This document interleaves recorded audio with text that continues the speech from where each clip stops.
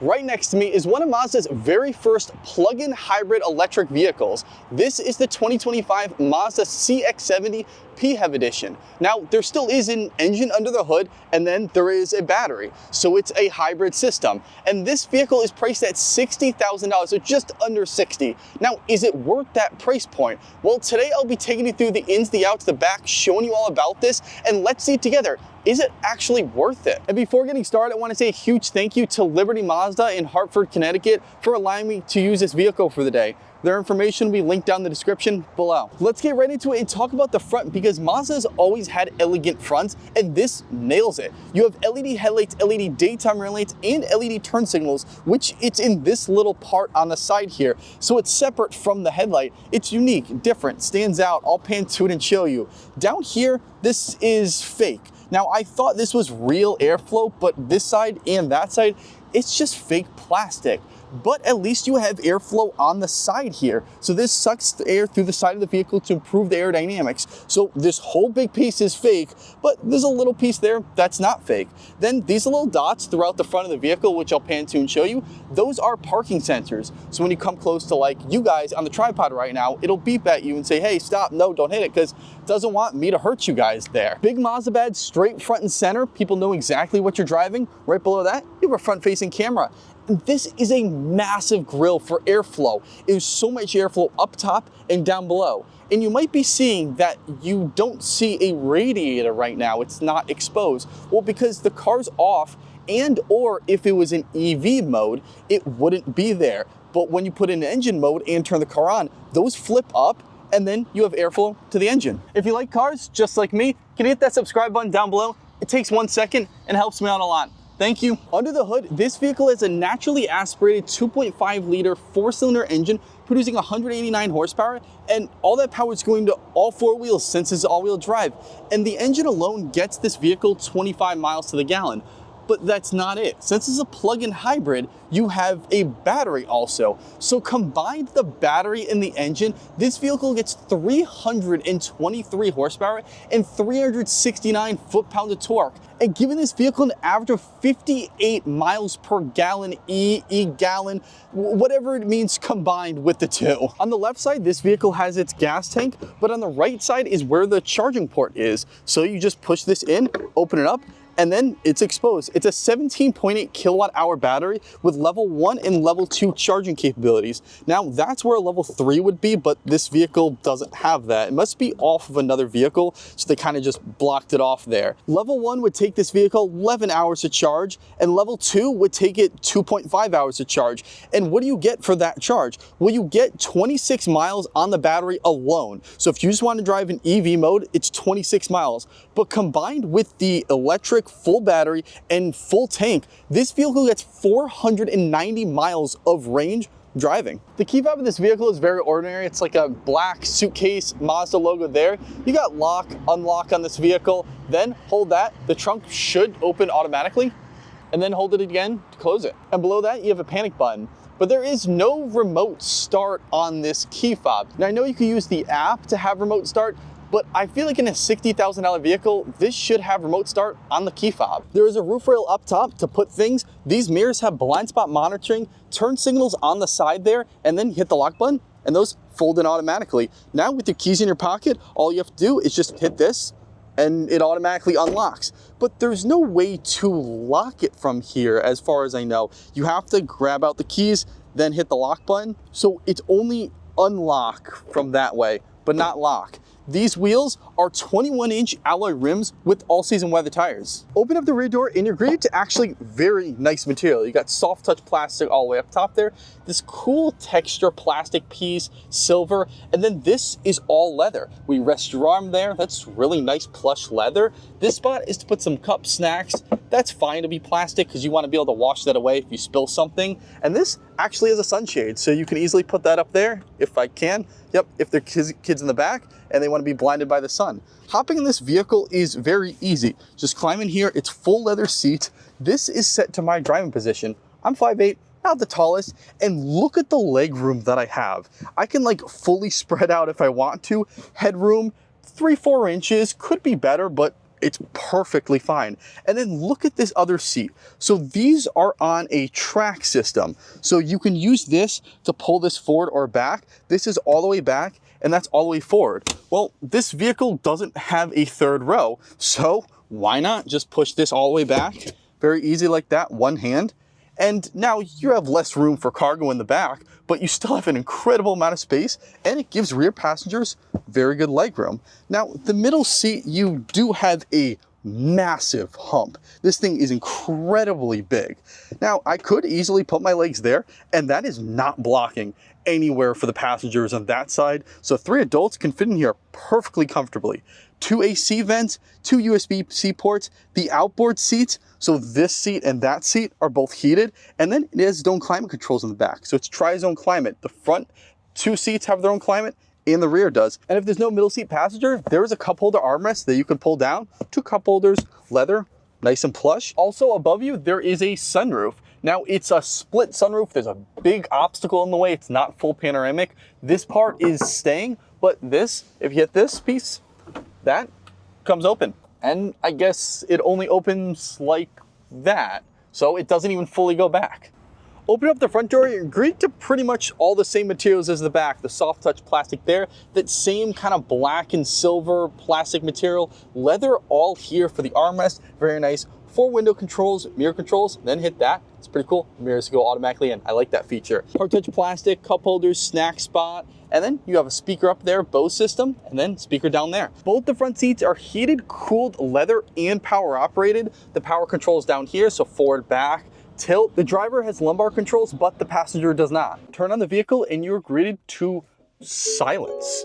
This besides the beeping noise that happens when you turn it on. And once the beeping stops, it's just pure silence. It's so calm, relaxing in this vehicle.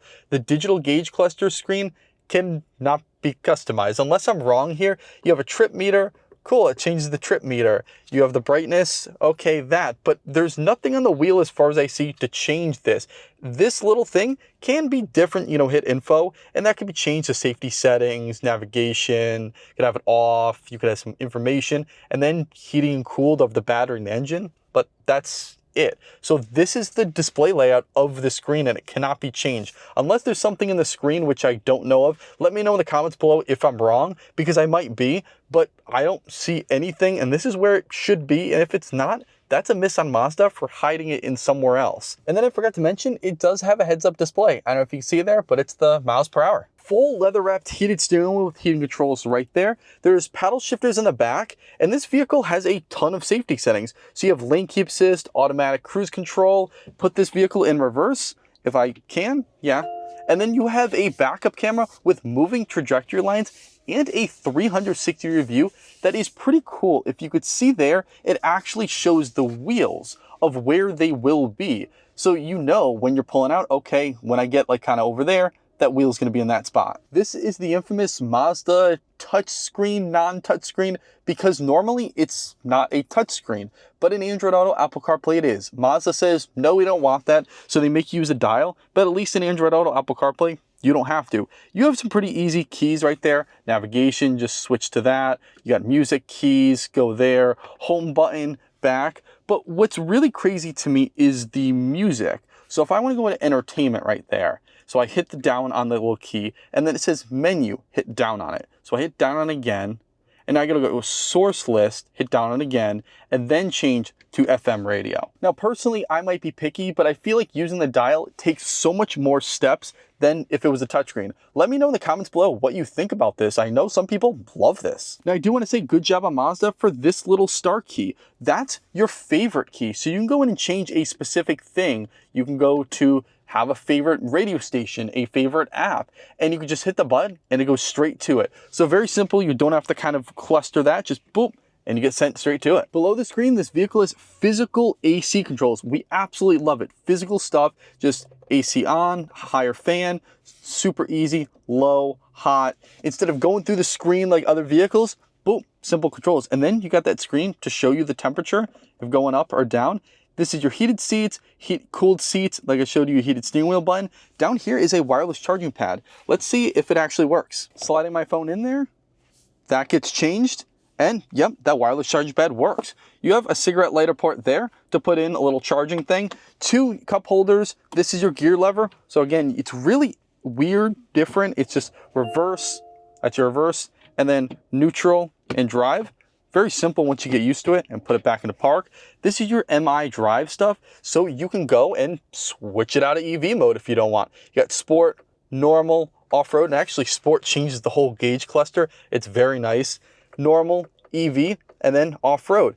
But what if you don't want, EV at all? Well, and then the engine automatically starts up. Hill descent controls, and then that's for your backup camera. But it's not just a backup camera. You have the full 360 view, and then hit this over to the side, or actually to the left, and you can have a front view.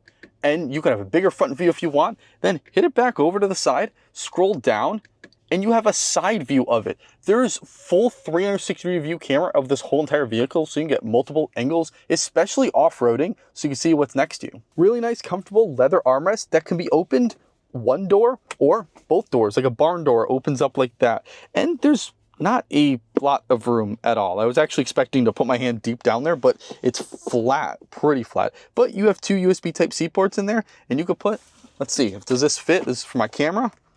Hey, that at least does fit. The back of the vehicle is definitely different from the front. It's not angry and aggressive like the front is. It's big, bulbous, it's just massive. It feels like it goes on for years. Like, it feels like it should stop here, but just continues on down there. These are wraparound LED taillights and turn signals built in here. You have the CX-70 badge, all-wheel drive, and then all the way on that side, you have the eSky Active PHEV badge. And then coming down below, this piece, just like the front, is fake. This is fake plastic there. I wish they made it something cooler. It's just fake plastic. But this little dot there, that's your rear parking sensor. So just like the front, when I back up to the tripod or a car, let's say, it'll beep at me and say, hey, stop. No, because it doesn't want you to hit it. And something that really shocked me on a PHEV vehicle, this actually has dual exhaust tips down below. They're very hidden, but it's dual exhaust tips. Under the Mazda logo, there's a button, and that automatically opens up the trunk. Takes a little bit, but once it's open, you got a charging cable, because this is a plug-in hybrid vehicle, so they give you a charging cable. That's very nice. Put that over the side. Now you have an incredible amount of space in here. I don't even need to put those rear seats down, and I could just lay in here totally fine. You can fit like 5 of me in here. Like, it's incredible. You have an AC port here to plug in a phone. Hit these buttons, and those rear seats automatically go down. Just a simple push of a button there. You have a little storage compartment there. Actually, more storage on the side here, so it's pretty cool. But then it even gets cooler, because so now those seats are down. You could throw in a whole Christmas tree if you want to, but lift this part up and you have storage here, but then if you want, break the whole thing. Take this whole piece out if you want to, and now you have insane amount of storage in there. I don't know, I'll pan to it and show you, but it's crazy. So you can hide a bunch of things if you don't want people to know in the rear. And also, sorry, before I forget, there is another AC port on this side and then a cigarette lighter port. And that was a quick review of the 2025 Mazda CX-70 PHEV edition. What do you think of this vehicle? Do you like it or do you absolutely hate it? And do you think it's worth the $60,000? Let me know in the comments below. And please remember to like, comment, subscribe, hit the notification bell to keep updated with more content. And a huge thank you to Liberty Mazda in Hartford, Connecticut for allowing me to use this vehicle for the day. Their information will be linked down in the description below.